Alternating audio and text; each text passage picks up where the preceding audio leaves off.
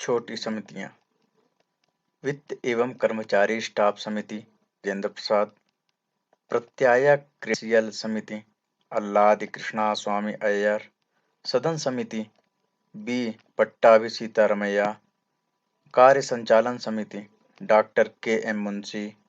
राष्ट्रध्वज संबंधी तदर्थ समिति डॉक्टर राजेंद्र प्रसाद। संविधान सभा के कार्यों के लिए समिति जीवी मावलंकर। सर्वोच्च न्यायालय के लिए तदर्थ समिति एस वरदाचारी, ये सभा के सदस्य नहीं थे। मुख्य आयुक्तों के प्रांतों के लिए समिति बी पट्टाभी सीतारमैया। संघीय संविधान के वित्तीय प्रावधानों संबंधी समिति नलिनी रंजन सरकार, ये भी सभा के सदस्य नहीं थे। भाषाई प्रांत आयोग एस के डार, सभा के सदस्य नहीं थे।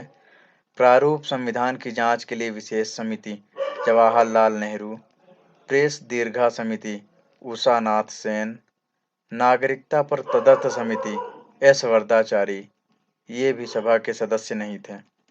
प्रारूप समिति संविधान सभा की सभी समितियों में सबसे ज़्यादा महत्वपूर्ण थी। इसका गठन 26 अगस्त 1947 को हुआ था।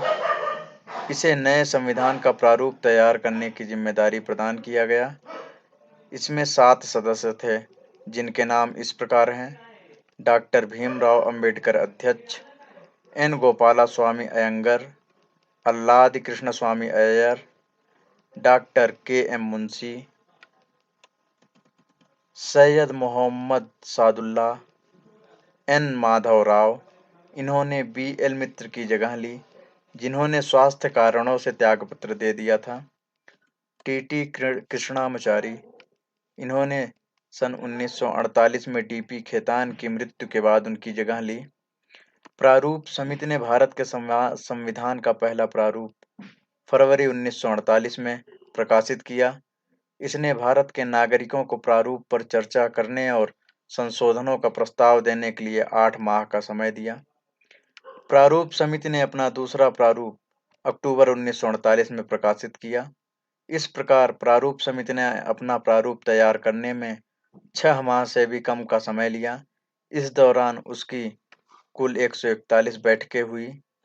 संविधान का प्रभाव में आना। डॉक्टर भीमराव अंबेडकर ने सभा में 4 नवंबर 1948 को संविधान का अंतिम प्रारूप पेश किया। इस बार संविधान पहली बार पढ़ा गया। इस पर 5 दिन 4 नवंबर 1948 से 9 नवंबर 1948 तक आम चर्चा हुई। संविधान पर दूसरी बार 15 नवंबर 1948 से विचार आना शुरू हुआ, जिसमें संविधान खंडवार विचार किया गया। यह कार्य 17 नवंबर 1949 तक चला। इस अवधि में कम से कम 7,653 संशोधन प्रस्ताव आए, जिसमें वास्तव में 2,473 पर ही चर्चा हुई। संविधान पर तीसरी बार 14 नवंबर 1949 से विचार आना शुरू हुआ। डॉक्टर भीमराव अंबेडकर ने the constitution as settled by the assembly be passed प्रस्ताव पेश किया। इस प्रस्ताव को 26 नवंबर 1949 को पारित कर दिया गया एवं इस पर अध्यक्ष व सदस्यों के हस्ताक्षर लिए गए।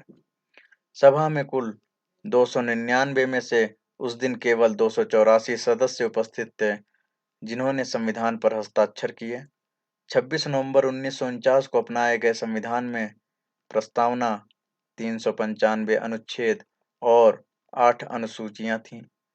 डॉक्टर भीमराव अंबेडकर को भारत के संविधान के पिता के रूप में जाना जाता है। इस महान लेखक, संविधान विशेषज्ञ, अनुसूचित जातियों के निर्विवाद नेता और भारत के संविधान के प्रमुख शिल्पकार को आधुनिक मनु की संज्ञा भी दी जाती है।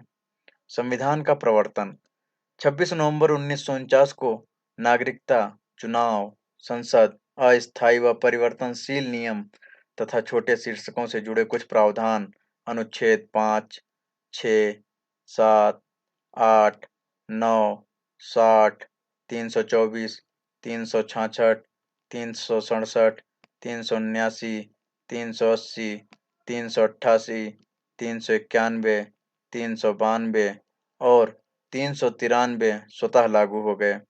संविधान के शेष प्रावधान 26 जनवरी 1950 को लागू हुए। इसे गणतंत्र दिवस के रूप में जाना जाता है। 26 जनवरी के दिन ही 1930 में भारतीय राष्ट्रीय कांग्रेस के लाहौर अधिवेशन दिसंबर 1929 में पारित हुए संकल्प के आधार पर पूर्ण स्वराज्य दिवस मनाया गया था। कांग्रेस की विशेषज्ञ समिति 8 जुलाई 1946 को कांग्रेस पार्टी ने संविधान सभा के मसौदे तैयार करने के लिए एक विशेषज्ञ समिति का गठन हुआ। इसके सदस्य जवाहरलाल नेहरू, एफ एम आसफ अली, के एम मुंशी, एन गोपालास्वामी अयंगर, के टी सेठ, डी आर गाडगिल, हुमायूं कबीर, के संथानम थे। बाद में सभापति के प्रस्ताव पर कृष्ण कृपलानी को समिति के सदस्य एवं संयोजक के रूप में शामिल कर लिया गया। समिति की 2 बैठकें हुई। पहली 20 से 22 जुलाई 1946 को दिल्ली में एवं दूसरी 15 से 17 अगस्त को बंबई में।